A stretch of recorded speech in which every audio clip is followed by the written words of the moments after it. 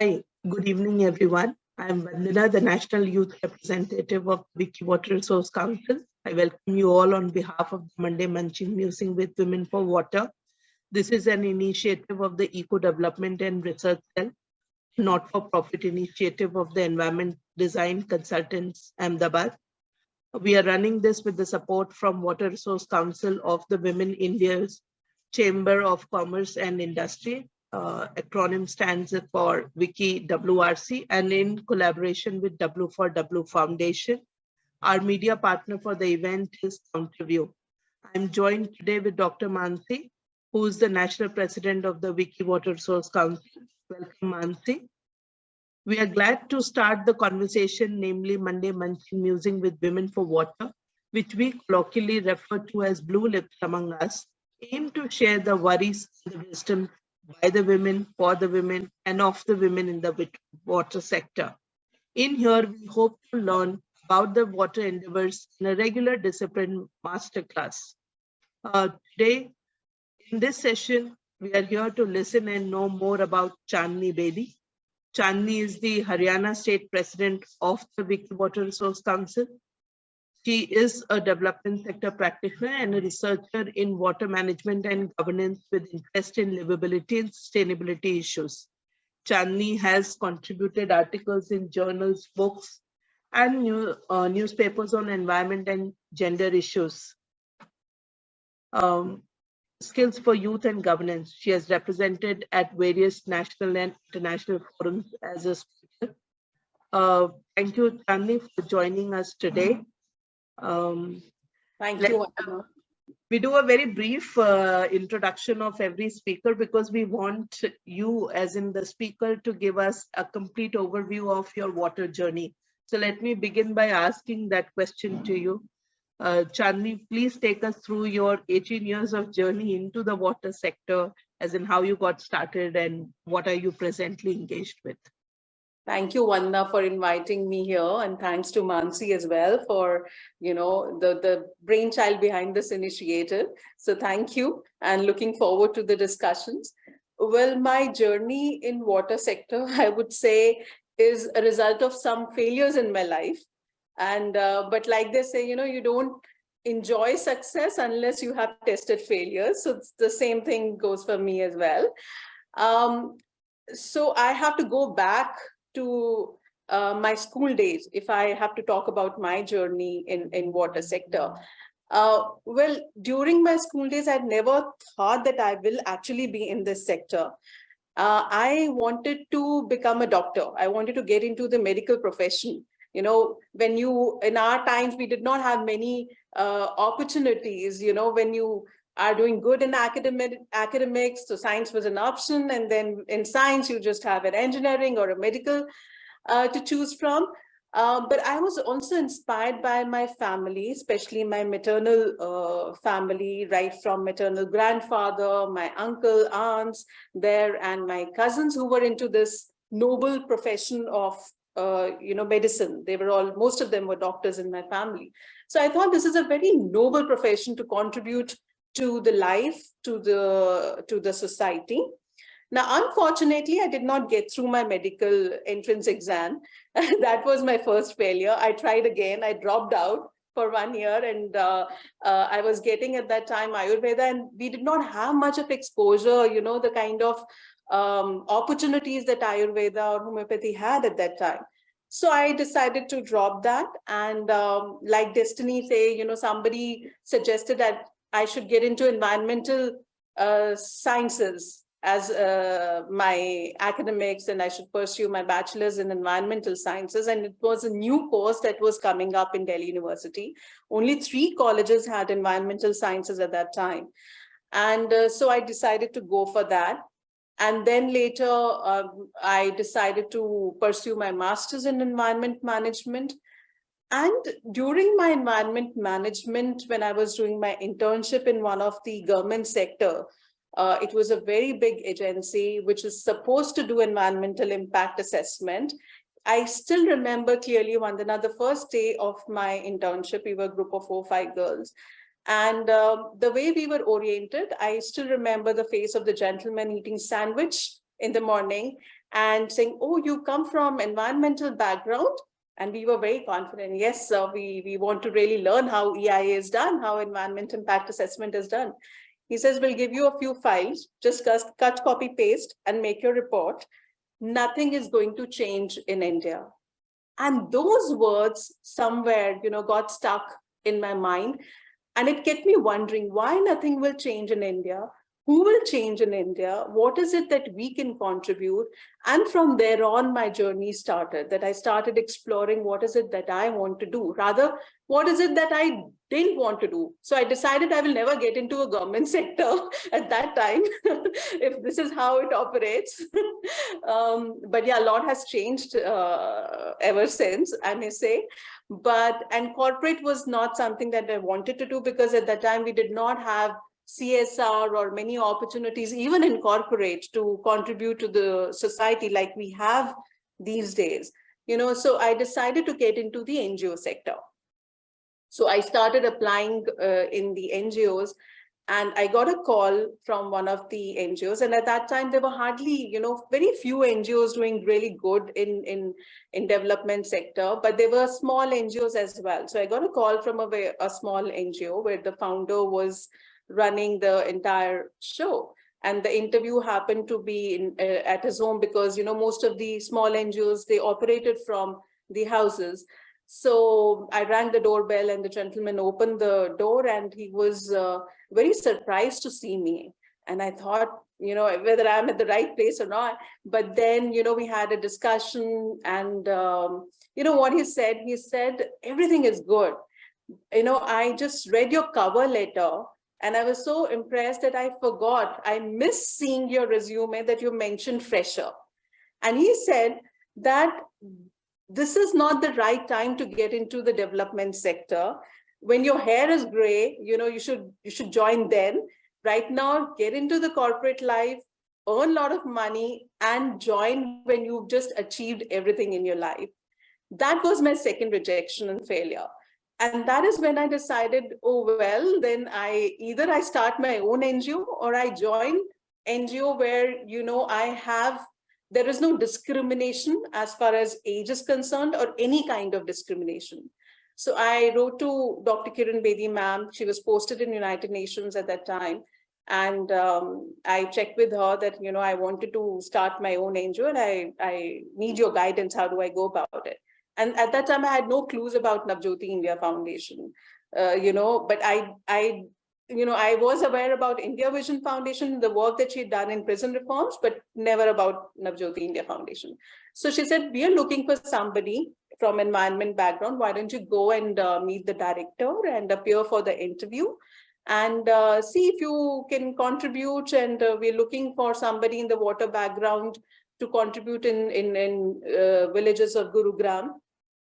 So I met the director, he interviewed me, and then we went to the field. He said, it's better that you just visit the field and then take a call whether you really want to be in this sector or not, because it's not easy. And I was staying in Delhi at that time, and almost 2 decades before, it wasn't the same. I mean, there were no highway, there was nothing, no facilities, connectivity was really, really poor. So we went to the field, we went to one of the villages, that's Abhipur village. And my first sight was when I saw women and girls standing in long queues, in front of the hand pump and fetching water. That again kept me wondering, are girls not going to school? And it was like whole chaos there. Women shouting, girls there. So it was a very different sight altogether. And that is when I decided, oh, this is the place where I want to be, and this is the sector where I want to contribute. Though I was a fresher, I didn't know what and how to begin, but I knew this is where I have to be, So yeah, I visited the village, met people, and I decided to be here and join Navjyoti India Foundation. And ever since, I have been in this sector. And that was again a realization, from my journey where I wanted to become doctor to now in the social sector, that it's not important what you want to become, but it is important what you want to do in life. So I think I got a purpose in my life to contribute in whatever way I can. And I've been fortunate that a lot of people then came forward, supported, and ever since the journey started. In fact, I met the gentleman in one of the conferences, after 5 years of my joining Navjyoti, where I was talking about my experiences on water. And, he said, "Oh, you spoke very well." And then I met him at the coffee break and I said, "Sir, do you know we met before?" He said, "Oh, how? Where?" I said, "You rejected me in the interview." And then, we had a very good conversation. And he said, "Oh, you must write down your experiences in water and I will edit the book free of cost." Well, I still haven't written that book and he's yet to edit it. But yeah, that's been my journey in water sector. And then it connected to various other disciplines, women, gender, livelihood, and I got more and more exposure in this development sector. Yeah. So wonderful to hear, and I'm glad all those people rejected you. Otherwise, how else we would have discovered it? And so well read and well, I would say, interested, passionate, worker for our Wiki Water Resource Council as well.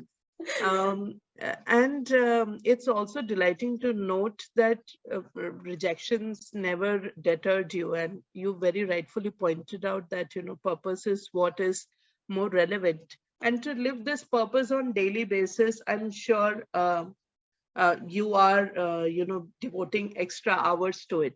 So how are you trying to balance your family life in this zone? Because the passion with which you speak, I totally reckon that. And then to balance duties at home, please take us through that and give us some success mantra there as well.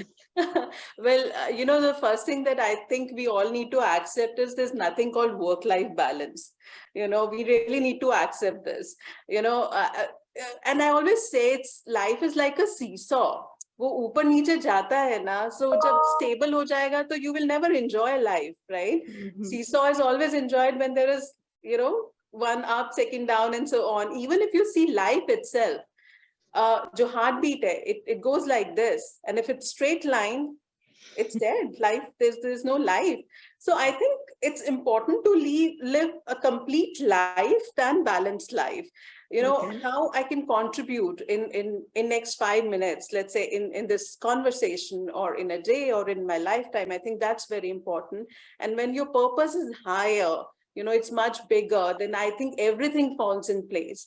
Well, I do have, I have a set routine which I follow, where I start my day with meditation, because I'm also practitioner of Vipassana, which is Gautam Buddha's technique of meditation. And that, I think, gives me a lot of equanimity, I would say, in my life. It teaches me a lot. And then there is a whole routine that I follow. It starts from meditation, then my yoga and or exercise, and then the household chores. We all have to do that. You cannot miss that. वो तो चाहिए, घर तो देखना ही है. And then getting ready for work, and then coming back, walk, connecting with family. So yeah, I think we have to manage everything. But if you have a very responsible routine, I think everything falls in place. All right. I think because most of the women who have, recently met us on this particular event also, and even otherwise when we are, interacting with our colleagues, and I'm sure Mansi would also reckon the same thing, that, my routine is set, but the family commitments, kind of pounce on it. My passions are very well established, but again, the family kind of, comes up. So how do I really strike a balance? You rightfully said that, having a regimen to follow is perhaps a good thing. Just give me a minute. Yeah. Having a regimen is perhaps a good thing to do. What else can women do who probably are, kind of not able to come out because of too many responsibilities on the shoulder right now? See, I think if you recognize your purpose or what you want to do in life, if you have any dreams, I think it's important to communicate with family. And it's not just about in-laws, but even with your own parents. Like initially, I would say I also faced a challenge. If I talk about my parents, my father, he thought that why am I getting into the NGO sector? I will spoil my career. And because I was also topper of university, he said, oh, you can get a job anywhere. But that's what I wanted to do. I wanted to work in the villages. And and my mother was very supportive, and she said, well, do whatever you want to do, just follow your dreams. And so initially it wasn't easy because there are concerns from family, whether it is safety, security, or your career, whatever, and they have these concerns. But I think communication is the key. If you're able to communicate with them, you're able to convince them, I think it really works. And for me, how I convinced my father, when I was doing my first project in village Abipur, we were supposed to construct a check dam, and then we were also in the project, we had to, install 2 hand pumps. And we installed one in the Harijan Basti, the other, where there was a shortage. I mean, there was no water there. Now, there was a conflict that happened, and even in villages, there was, and I'm talking about villages of Gurugram. So there was caste issue.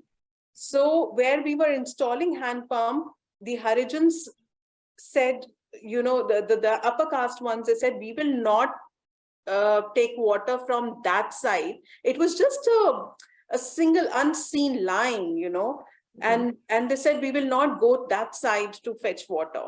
And they said, they will not allow us to take water from hand pump if it is installed that side. So there were conflicts that happened.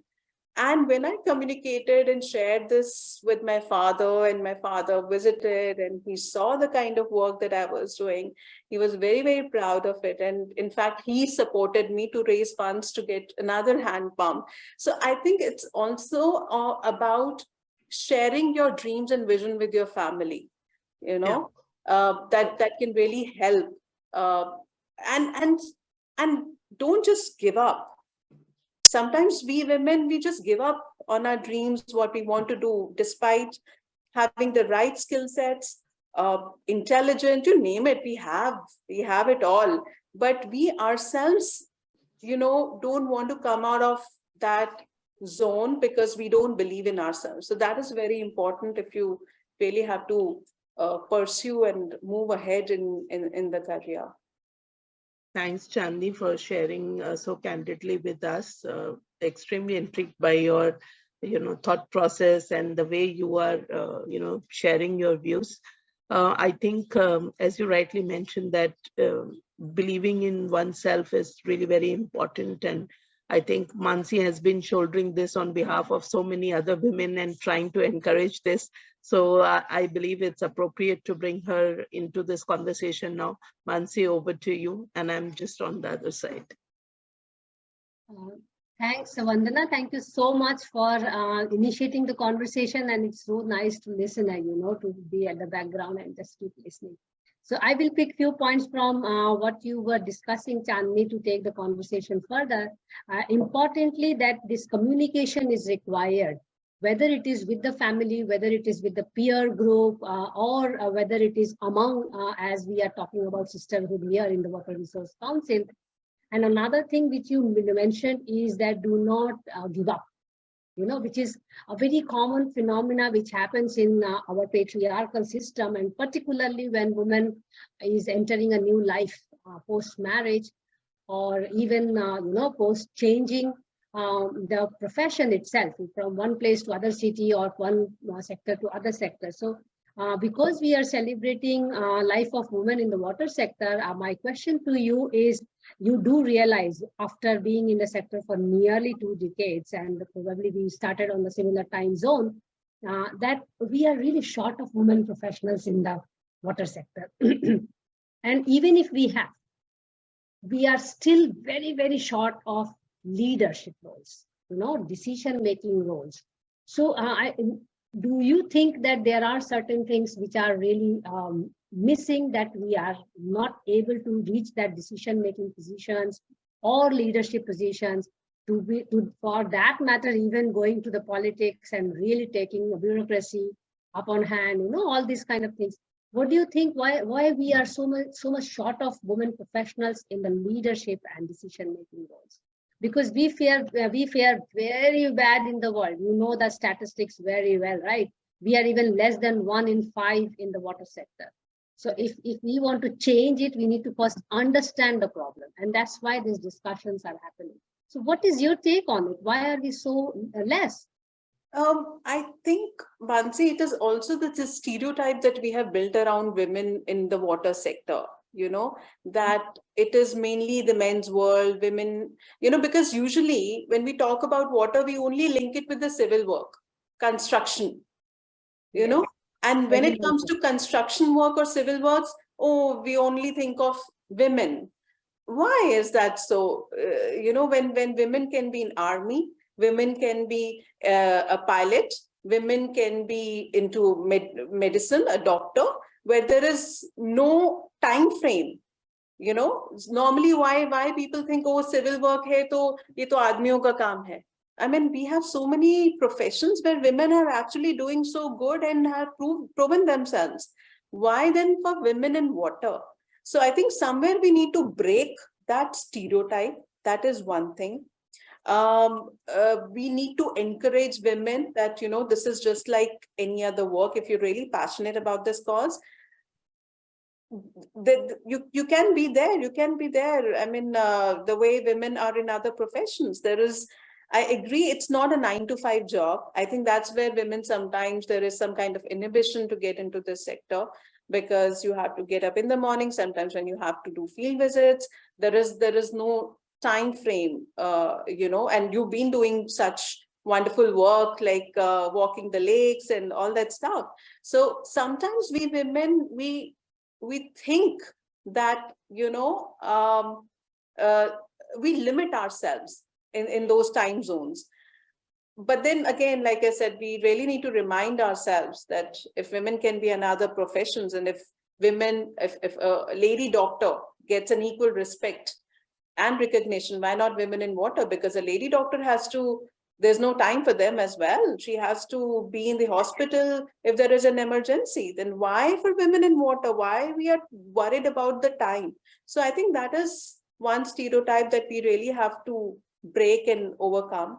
And I think in decision making, I think it's also challenging for some men. I would not say all men, because we have some very good men who are actually promoting women in water. And I can see Professor Ajit Shashadri joining us and listening to the whole conversation. So we have men like him.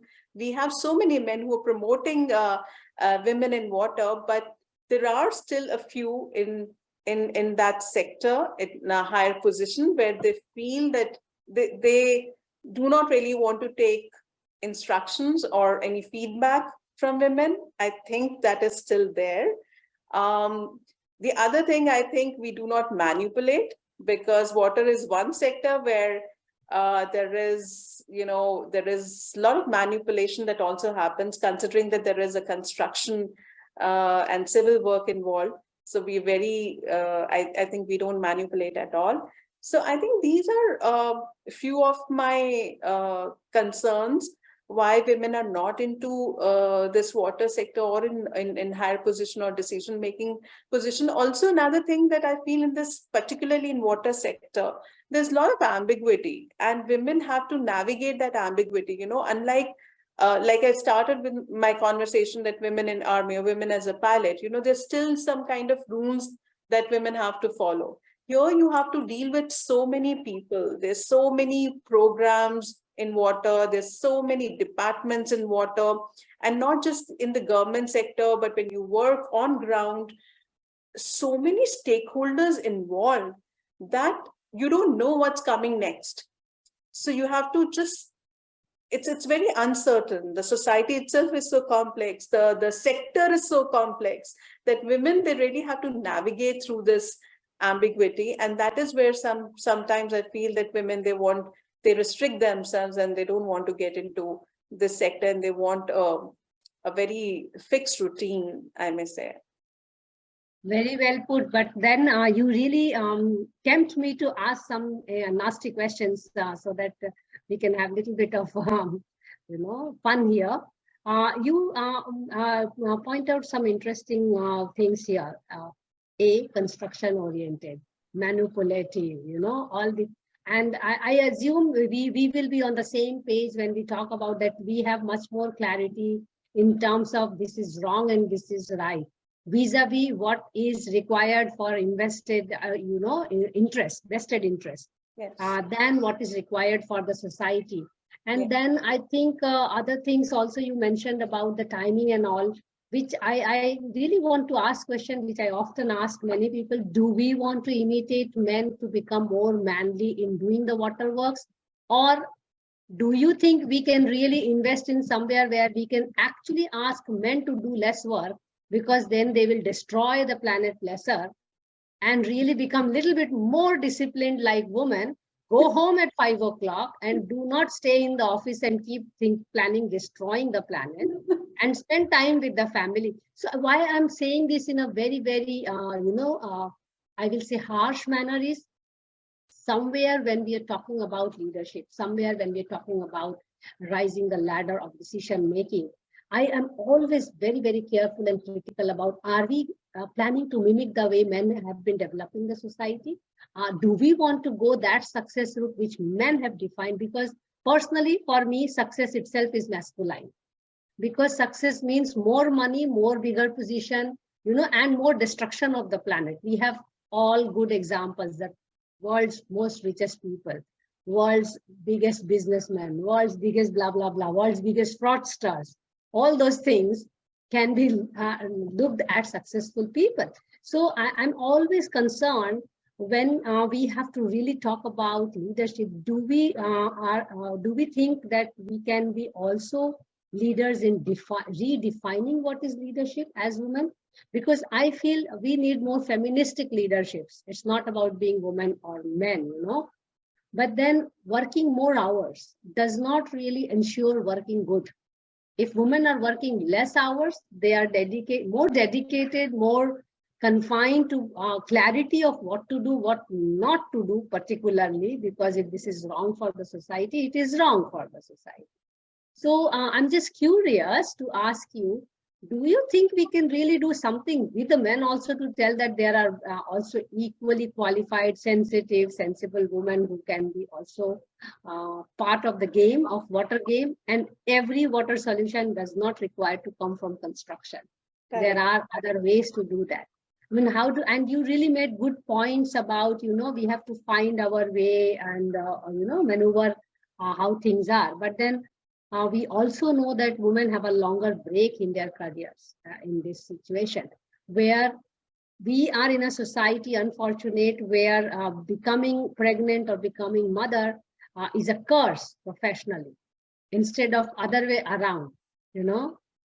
We are in a society where all water bodies are women, most of them. Still, we have most of them polluted. We are in a society where a woman has to prove herself more to reach the ladder of so-called success, if it is a position, as compared to a man who has to reach that position. There will be lesser questions and doubts if a man becomes a director or CEO or managing director as compared to women. So I'm just curious to ask you, because you are based in the capital region, do you think we are doing enough with men also? I mean, one thing is, yes, we have to do enough with women, but then my always concern is doing enough with women is actually drifting us towards becoming more man-like than actually bringing more sensible and sensitivity.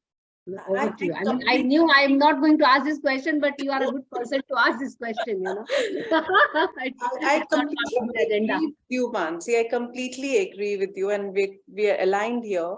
And, I just met a person, a gentleman from Australia recently. You also met him. Yes, yes, yes. And you know what he said? He said that, men, I'm very hopeful that, this Wiki thing is happening and Wiki WRC is doing a great job and women in water, because he thinks that men are only worried about the money and the recognition, whereas it is the women who are actually going to transform the society and bring change that is required. So there are men like him as well. And yes, um, I I think I work a lot with rural communities as well. And over a period of time, what we have realized is that we are actually, even at the grassroots, we are um, uh, uh, in the name of empowerment of women, we have actually increased her burden. Now women is doing Yes. everything. She's managing a home, she's taking care of children, she's doing household chores, and then in village you have these buffaloes and fetching wood, etc., etc. And on top of that, we're asking her to, and now she's also into, income generation activities, because we have trained her in handicraft, Leadership. entrepreneurship. She's doing that. And then we are also asking her to contribute in the development of the village, and in the whole process, she's become so much burden that somewhere the men have been left out. So there's lot that needs to be done with men and changing their mindset, especially coming from Haryana and working in Haryana state, which is completely patriarchal. It is very challenging working with men at the grassroots, as well as, like you rightly mentioned, not just at the grassroots, but also in the In the boardrooms. yeah, it's a cross. It's a cross. Unfortunately, what has happened is we have trained women to become empowered, but we've not somehow trained men to live with empowered women. That is where the sensitization needs to happen. And as Wiki WRC, I think we must encourage men also to participate and share their views and sensitize them on these issues, so that there can be some changes. As far as timings are concerned, Mansi, well, I'm not sure, because 9 to 5 job really doesn't work in our sector, Yes. But what we can actually do in this sector is to make the environment really conducive for her to work in this sector, whether it is through support systems that we can provide to her so that she can actually climb the ladder and be in the leadership position, or it is the flexibility in the timings. Let's say, why do we have to just work 9 to 5? If we are required to go to the field, okay, like we should have that kind of work culture in our offices also, that we've done our work. And after that, there should be some flexibility. And COVID has taught us to work in that way, in that manner, and it is working so well. Why then we need to have that rigid work culture, like a bureaucratic culture, if we may say, like 9 to 5 office jana hai, karna hai. If just worked for, let's just started her day early, let her go early. Let her be with the ये family. Work करना है, simply ये work करना है, आप किसी भी वक्त कीजिए, इस वक्त इसकी जरूरत है. Bilkul. So focus on the results than on the timings, and we know how we can contribute, whether it is men, women, whoever. But yeah, I think so. We need to make the whole society really conducive for her to work, whether it is the work culture in the offices, or it is at home, providing that kind of support systems to her. I think an important thing which has to come forward here, particularly when women are taking those sabbaticals, not for their personal reason, but it is for the society, for the family and all, then workplaces have to be a little bit more, appreciating. Oh, you are going to become mother. It's such a wonderful thing. We can do everything all out for you to really, oh, you are coming back to your profession after 10 years of motherhood. We have everything laid out for you. I think these are some policy changes which we can really lay down from our council and go door to door if required. That is definitely required. But having said that, you did mention some of the skill sets which women have to develop also at their end. So I'm just curious, How can we bring a difference in our, let's say we just focus on our Water Resource Council and, develop some kind of tools and some kind of, programs. One, I would definitely like to really have more men sitting and discussing panel discussions. Maybe we too have to organize something on that and discuss more on how to make workplaces more gender inclusive, if not leadership. First, because leadership is far before gender inclusivity has to come, because we still battle with 1 in 5 and worse than 1 in 5 in India. So what do you think we can do as our network, which we have developed nearly 75 women in our Water Resource Council? How can we bring a difference in our region, in our states, or even in the country for that matter? It's a wonderful network which we have developed.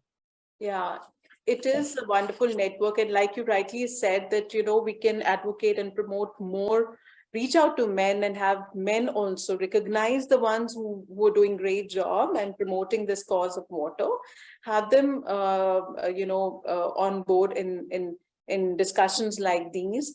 They can be the role models for others. And I think that's how the change will start. That is one that we can do. And second, I also think we can have more of discussions where we talk about intersectionality of the issue, the interdisciplinary thing. I know you're doing a lot on Wednesdays for water on that front. That is something that we can do on these platforms as well, and make people in the leadership position realize that it is not just the civil work, it is not just the construction, but as women, we are very good managers. So water is also about management. It is also about culture. It is embracing diversity. It is architecture. There's so many domains that are involved. So I think we need to have more discussions around these on our platform. As far as Haryana is concerned, I'm very keen to take up this concept of, Pani Panchayat, which is being promoted by Jal Shakti Ministry. And I'll tell you, it's really sad when I see Haryana state. I've heard their good stories in Maharashtra and Bundelkhand, but when you talk of Haryana, it is all on papers. Pani Panchayat, they say that 50% have to be women. There is none. There is none. In fact, if I also talk about, when I was planning to have this first Wiki WRC meet in Haryana, and I was identifying women in water, it was very, very challenging for me to identify those women, and I had Madhumita helping me out, and we're trying to reach out through a network. We didn't find women who could be engaged. And then we found from, cities like Faridabad, Gurgaon, it was easy to get the names. But there's so many districts. There's Jhajjar, there's Palwal, so many districts, Bhiwani, and I didn't find any name. And so what I did was I decided to write to universities. I thought there may be women in the universities, and I must have written almost to 20-25 universities, Mansi. I just got response from 2 universities. The second next thing was for me to check out who's the vice chancellor. Most of them are men. Yeah, I also found that when I started my work or research on women in architecture and women in water, not even 1% vice chancellors are women in this country. Yeah, so I got response from Sonipat, but that was a ladies' college from where I got response, and another response from Faridabad and one from Karnal. Others did not even respond. So I think as Haryana state president, I really want to engage more with universities and others, and bring more women in this sector.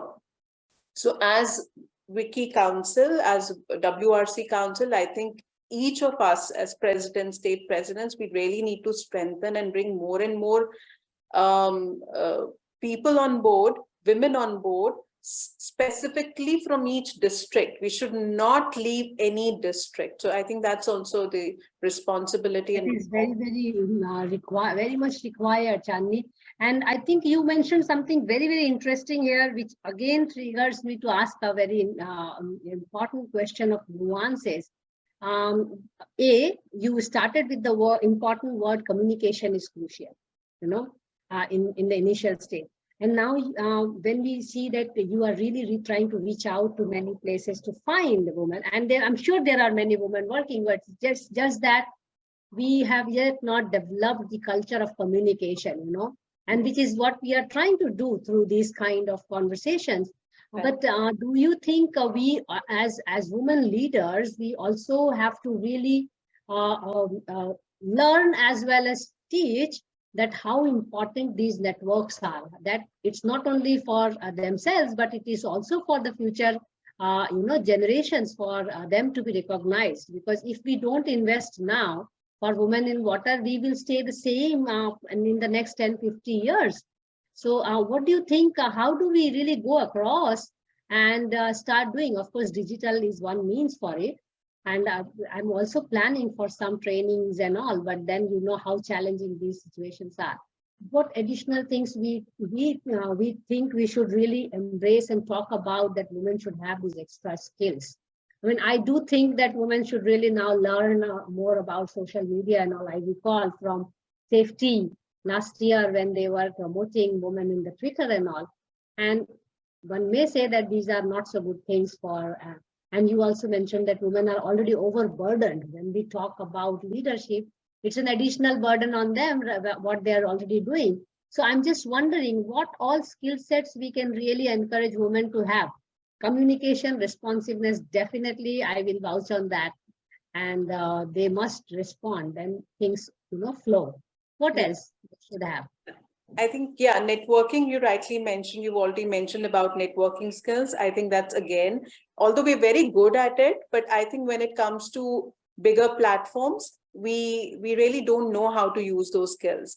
The other thing, similar one, is negotiation skills. I think that's, again, is very important. It's somehow linked with communication, but I do feel we really don't know how to negotiate. When it comes to, again, in our day-to-day life, we're very good at negotiating with the local vendors and everything. But when it comes to, boardrooms and others, we really don't know how to negotiate, or we are not that confident to negotiate and talk about the issues. I think that's something that we really need to improve on.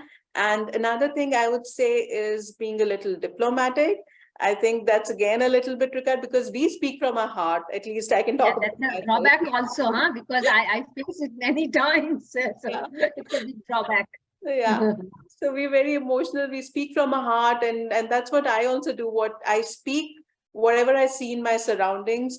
And I think that's also somewhere down the line that we really need to learn to be a little diplomatic and be able to communicate again. All these are linked to communication, but yes, without suppressing our views, how do we convey the right thing? Art of articulation, art of speaking, art of presenting. These are important skills which are required apart from communication and all. It's bringing me closer towards the end of the conversation, but we still have a couple of questions. So what are the things which are going on right now in your initiatives? We are very keen to learn about them. Sure. So in water sector, if I may say particular, well, we are about to start a very good project where we have to do water harvesting in all the police stations of Gurugram district. Wow, that's new, nice. That's coming up. And apart from that, we are anyways doing water harvesting in schools. We are restoring ponds. That's something that's happening. In the past, we have constructed check dams, gate structures, etc. But yeah, when we talk about even if it's water harvesting, we lay a lot of importance to sensitization and awareness. So it is not just so this is the first time that we have a challenge of sensitizing the police community to with whom we'll be talking about water and make their campuses water secure.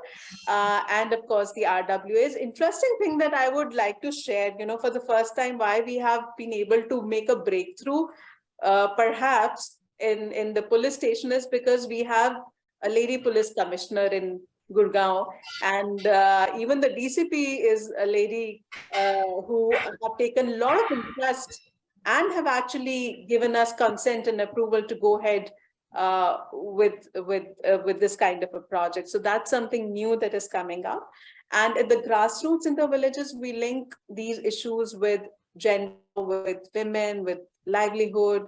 And because at the end of the day, you know, women, they're also looking for some kind of opportunity to be self-reliant. So a lot of work that we do relates to handicraft and promoting them.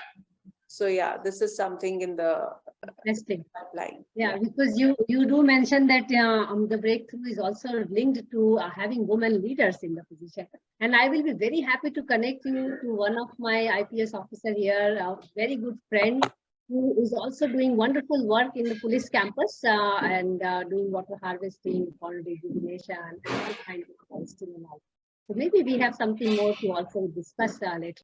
And a big heartfelt thanks to Chandni for making yourself available and sharing candidly. We are truly inspired by the kind of work that you are doing. We would just like to say to our viewers that do tune in on 26th of December once again for the next Monday Munching with Fulsandan Devi.